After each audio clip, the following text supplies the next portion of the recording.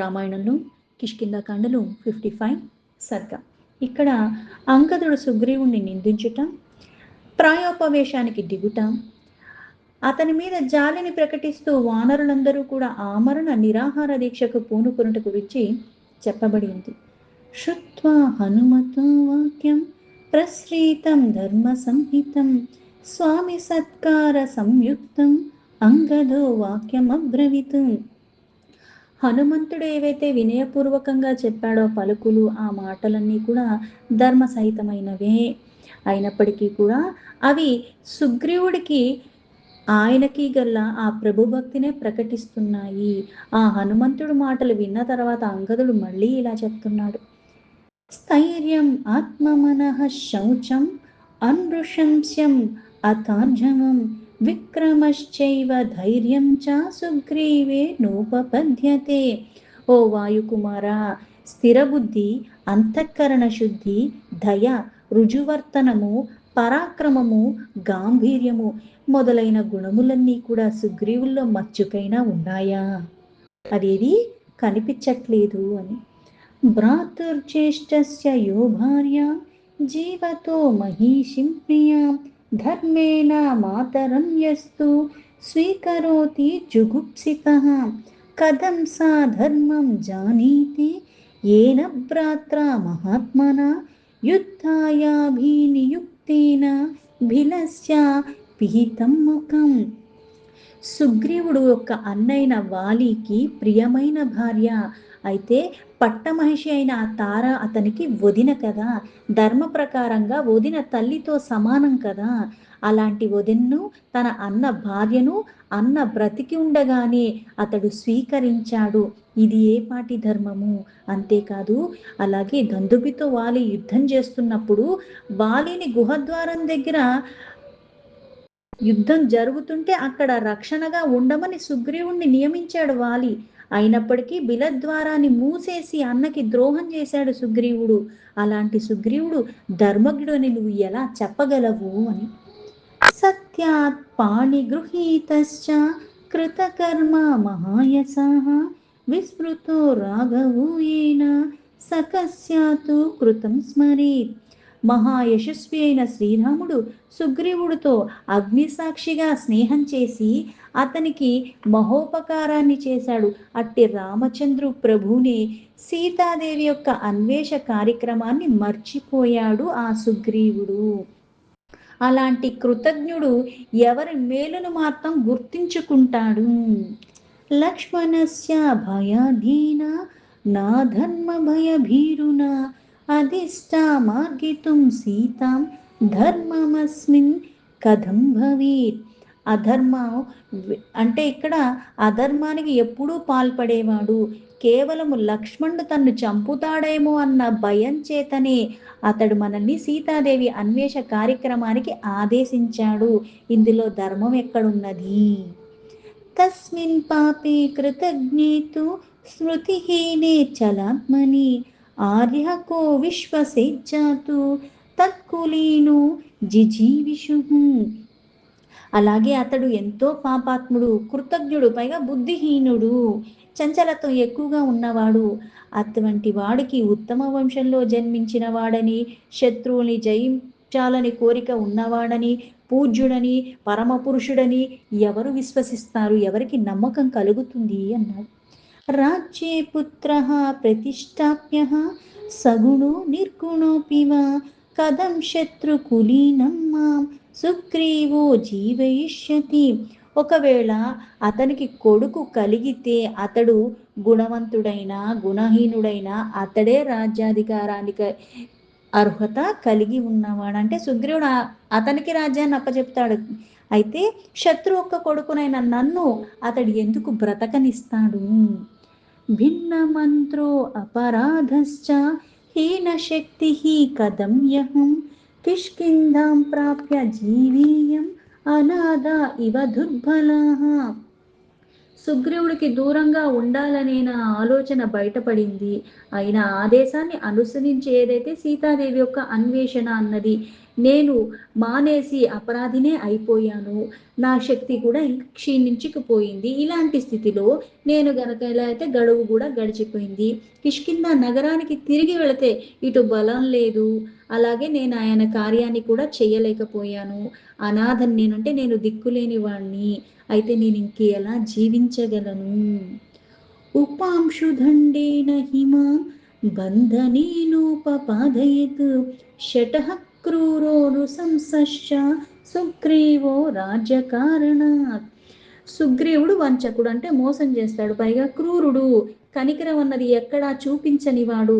రాజ్యాధికారము నిలుపుకోవటానికి అతడు నన్ను రహస్యంగానే దండిస్తూ శాశ్వతంగా బంధించి కిష్కింధకు చేరి బంధింపబడి దుఃఖాల పాలు అవటం కంటే బంధనాద్వా వసాధాన్మి శ్రేయః ప్రాయోపవేశనం అనుజానీత మాం సర్వే గృహం గచ్చంతు వానరాః అహం వః ప్రతిజానామి నాగమిష్యామ్యహం పురీం ఇహేవ ప్రాయమాశిష్యే శ్రేయో మరణమేవ మే.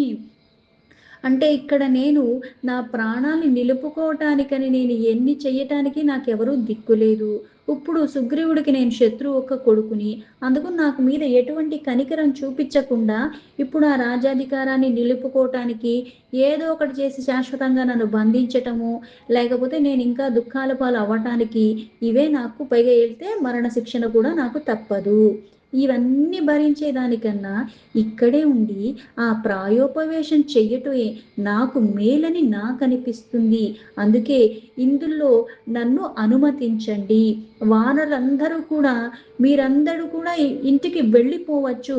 దయతో నేను చెప్పేది వినండి. నేను ప్రతిజ్ఞపూర్వకంగానే పలుకుతున్నాను. కిష్కింధకి మాత్రం నేను రాను. ఇక్కడే ప్రాయోపవేశం చేసి నేను మరణిస్తాను. నాకదే సరైనది, నాకదే శ్రేయస్సు. మీరందరూ మీ మీ గృహాలకు కూడా మీరు తిరిగి వెళ్ళిపోవచ్చు అని. అభివాదన పూర్వంతో రాఘవో బలసానినో అభివాదన పూర్వంతో రాజా కుశలమీవ చ వాచ్యాస్తాతో యవీయాన్మే సుగ్రీవో వానరేశ్వరః. బలశాలులైన రామ లక్ష్మణులతో మా పినతండ్రి అయిన వానరేంద్రుడైన సుగ్రీవుడు ఆ మహారాజుతో నాకు మారుగా మీరే వాళ్ళందరికీ కూడా నా నమస్కారాన్ని అడిగానని, ఇవన్నీ నా క్షేమ సమాచారాన్ని కూడా మీరే వాళ్ళకెళ్ళి తెలుపండి. ఆరోగ్యపూర్వం కుశలం వాచ్య మాతా రూమాచమి మాతరం చైవ మేతారం అశ్వాసాయతు మర్హదాం. అలాగే వీళ్ళనే కాకుండా క్షేమ సమాచారం నా పినతల్లి అయిన రూమతో, అలాగే నేను ఆరోగ్యంగా కుశలంగా అందరినీ అడిగినట్టుగా చెప్పండి. అలాగే నా కన్న తల్లి అయిన తారను కూడా మీరే ఓదార్చండి అన్నాడు. ప్రకృత్యా ప్రియపుత్రా సానుక్రోశ తపస్విని వినష్టమిహ మాం శ్రుత్వా వ్యక్తం హాస్యతి జీవితం. సహజంగానే నా తల్లిది జాలిగుండే, నేను ఆమెకు పంచప్రాణాలు, పైగా ఆమె చాలా పరితపిస్తుంది. అందుకు ఆవిడ మీరే ఓదార్చాలి.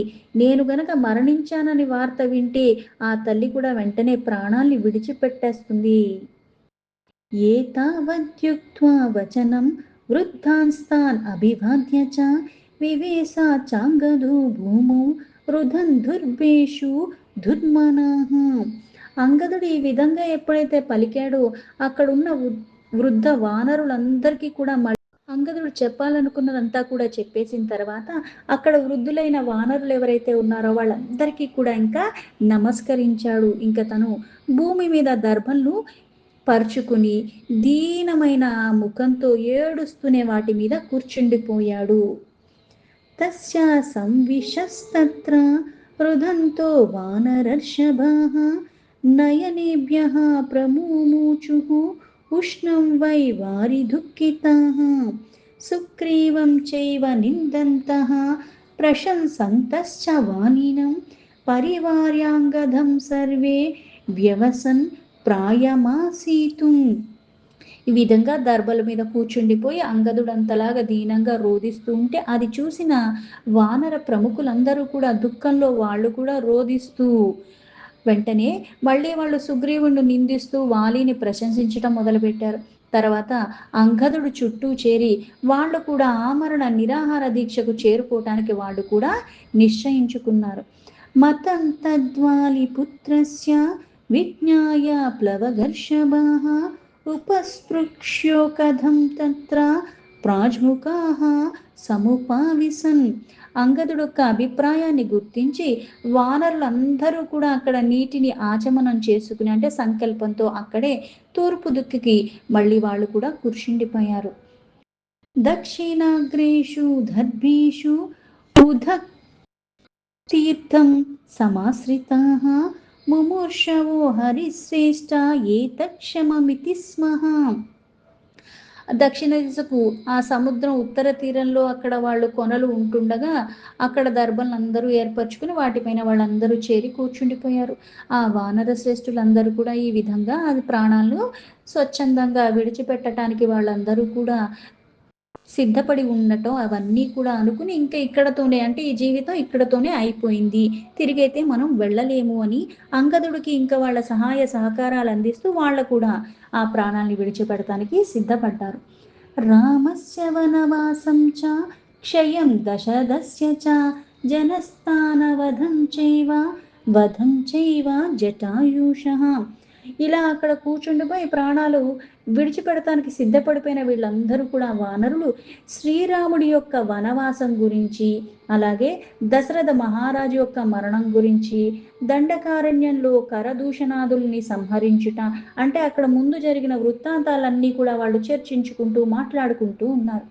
హరణం చైవ వైదేహ్య వాలినశ్చ వధం రణే రామకోపం చ వదతాం హరీనా భయమాగతం.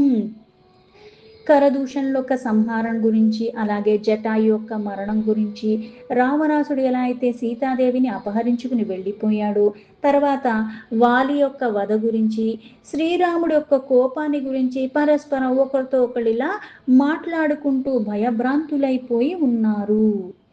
సా సంవిశద్ భిర్బహుభిర్మహీధరు మహాగ్రీకూట ప్రతిమేహ ప్లవంగమేహ బభూవ సన్నాది తనిర్ధారాంతరో వృషం నదధిర్ భిర్జలేదేర్ రివోలభనైః.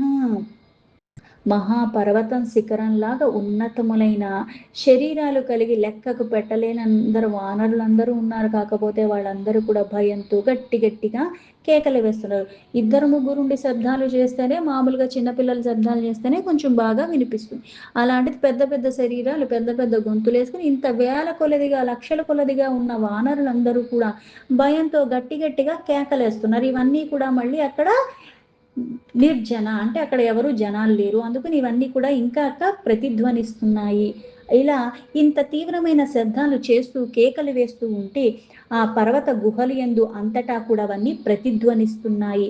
అప్పుడు ఆ పర్వతం కూడా మేఘ గర్జనలతో నిండిపోయిన ఆకాశంలాగా అనిపిస్తుంది. ఎలా అయితే వర్షించేటప్పుడు భయంకరంగా శబ్దాలు మేఘాలు కలుగుతూ ఉంటాయి, ఇంతమంది ఒకేసారిగా అంతలాగా ఆ బాధతో వీళ్ళు ఏదైతే చేస్తున్నారో ఆ కేకలన్నీ గట్టి గట్టిగా అరుస్తూ ఉంటే కూడా అది అలా అంత తీవ్ర స్థాయిలో ఉన్నది. దీంతో వాల్మీకి మహర్షి విరచితమైన ఆది కావ్యమైన శ్రీమద్ రామాయణంలో కిష్కింధాకాండలో 55 సర్గ సంపూర్ణం.